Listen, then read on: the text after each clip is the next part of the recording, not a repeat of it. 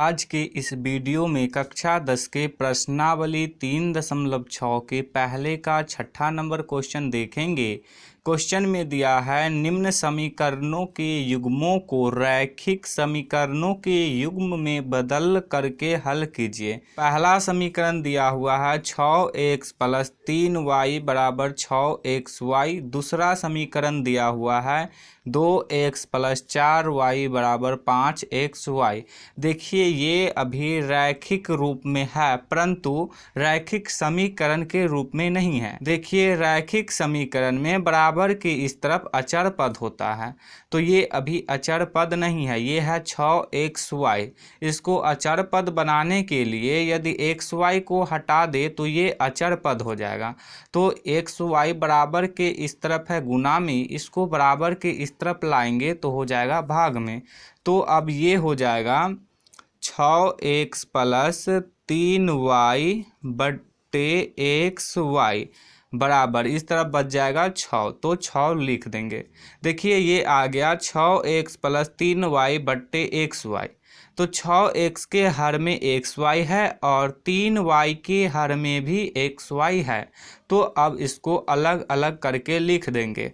तो अब लिखेंगे 6x / xy, प्लस का चिन्ह है तो प्लस का चिन्ह, 3y / xy बराबर में 6 है तो बराबर में 6। देखिए ये x से ये x कट जाएगा, ये y से ये y कट जाएगा। अब देखिए ये आ गया 6/y + 3/x बराबर 6। देखिए 6/y को 6 × 1/y लिख सकते हैं, क्योंकि 6 को 1 से गुना करेंगे तो 6 हो जाएगा, बट्टे में y है तो बट्टे में y। तो इसी तरह से 3/x को 3 × 1/x लिख सकते हैं, बराबर में 6 है तो बराबर में 6। अब देखिए दूसरा समीकरण है 2x + 4y = 5xy। ये भी रैखिक रूप में है परंतु रैखिक समीकरण के रूप में नहीं है। तो रैखिक समीकरण बनाने के लिए इसमें भी xy को हटाएंगे, तो xy इधर गुना में है, इधर आके हो जाएगा भाग में। तो अब ये हो जाएगा 2x + 4y / xy बराबर इधर बच गया 5, तो लिख देंगे बराबर 5। अब देखिए 2x + 4y / xy है, तो 2x के हर में xy है और 4y के भी हर में xy है, तो अब इसको अलग अलग लिख देंगे। तो ये हो जाएगा 2x / xy + 4y / xy। x से x कट जाएगा और y से y कट जाएगा, तो ये आ गया 2/y + 4/x बराबर 5 है तो बराबर 5। अब देखिए 2/y को लिख देंगे 2 × 1/y + 4/x को लिख देंगे 4 × 1/x बराबर में 5 है तो बराबर में 5। देखिए समीकरण 1 में 1/y है और समीकरण 2 में भी 1/y है। समीकरण 1 में 1/x है और समीकरण 2 में भी 1/x है, तो दोनों समीकरण में 1/y और 1/x है। तो अब 1/y और 1/x को मान लेंगे। तो अब लिखेंगे माना 1/y बराबर कोई भी चर पद मान सकते हैं, तो इसको मान लेते हैं u, तथा 1/x बराबर 1/x को मान लेते हैं v, तो मान लिए v। अब देखिए समीकरण 1 में है 6 × 1/y, 1/y को माने हैं u, तो अब 1/y के जगह पे रख देंगे u, तो ये हो जाएगा 6 × y के रूप का।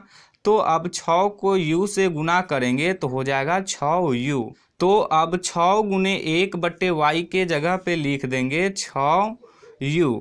अब प्लस का चिन्ह है तो प्लस का चिन्ह। अब देखिए ये है 3 × 1/x, 1/x को माने हैं v, तो अब इसके जगह पे रख देंगे v, तो ये हो गया 3 × v के रूप का। तो 3 को v से गुना करेंगे तो हो जाएगा 3v बराबर में 6 है तो बराबर में 6। अब देखिए इसमें से 3 कॉमन ले सकते हैं, तो अब 3 को कॉमन ले लेंगे। 6u में से 3 को कॉमन लेंगे तो ये बच जाएगा 2u, प्लस का चिन्ह है तो प्लस का चिन्ह। अब 3v में से 3 को कॉमन लेंगे तो बच जाएगा v, बराबर में 6 है तो 6। 3 इधर गुना में है, जब इसको बराबर के इस तरफ लाएंगे तो हो जाएगा भाग में। u प्लस v बराबर हो जाएगा 6/3, ये कट जाएगा 2 से, तो u प्लस v बराबर हो जाएगा 2। तो देखिए ये रैखिक समीकरण के रूप में आ गया, तो इसको ले लेंगे समीकरण 1। अब देखिए समीकरण 2 में है 2 गुने 1/y, 1/y को माने है u, तो अब 1/y के जगह पे रख देंगे u, तो ये हो गया 2 गुने u के रूप का, तो 2 को u से गुना करेंगे तो हो जाएगा 2u, प्लस का चिन्ह है तो प्लस का चिन्ह। अब देखिए ये है 4 गुने 1/x, 1/x को भी माने हैं, तो अब इसके जगह पे रख देंगे भी, तो ये आ गया 4 गुने भी।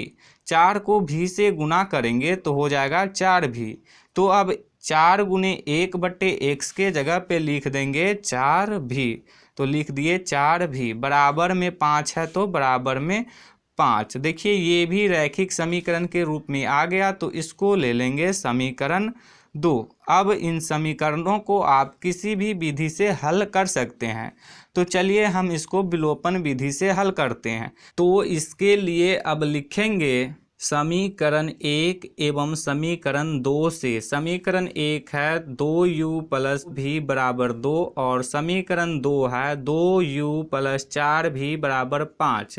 देखिए समीकरण को विलोपन विधि से हल करने के लिए किसी एक चरपद को विलुप्त करते हैं। आप चाहे तो u वाले चरपद को विलुप्त कर सकते हैं, चाहे तो v वाले चरपद को भी विलुप्त कर सकते हैं। किसी भी चरपद को विलुप्त करने के लिए उसके गुणांक को बराबर करते हैं। विलुप्त करने के लिए जब समान चिन्ह रहता है तो घटाते हैं, और असमान चिन्ह रहता है तो जोड़ते हैं। देखिए समीकरण 1 में u वाले चरपद है प्लस में, और समीकरण 2 में u वाले चरपद है प्लस में, तो ये दोनों समान चिन्ह हो गया। तो अब समीकरण 1 में से समीकरण 2 को घटाएंगे, तो इसके लिए अब लिखेंगे समीकरण 1 माइनस 2 से। तो चलिए अब समीकरण 1 में से समीकरण 2 को घटाते हैं। देखिए समीकरण 1 में से समीकरण 2 को घटाएंगे तो चिन्ह बदल जाएगा, ये प्लस में है तो हो जाएगा माइनस में, ये प्लस में है तो हो जाएगा माइनस में, ये प्लस में है तो हो जाएगा माइनस में। अब देखिए 2u में से 2u को घटाएंगे तो 0 बच जाएगा, यानी कि ये दोनों कट जाएगा।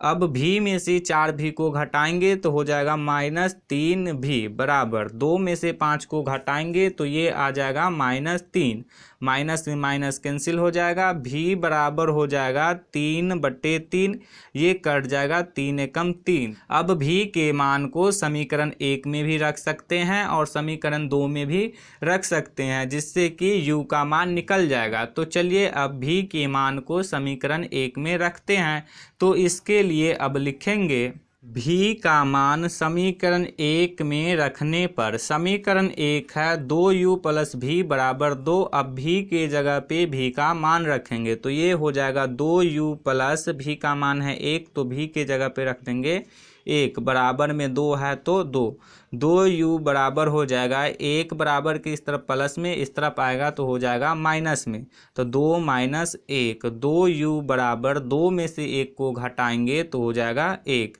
u बराबर हो जाएगा 1/2। तो u का मान आ गया 1/2 और v का मान आया है 1। तो देखिए इस समीकरण में हमें x और y का मान ज्ञात करना था। तो देखिए 1/y को u माने हैं, तो अब लिख देंगे 1/y बराबर u। अब u के जगह पे u का मान रख देंगे, तो u का मान आया है 1/2, तो ये हो जाएगा 1/y बराबर 1/2।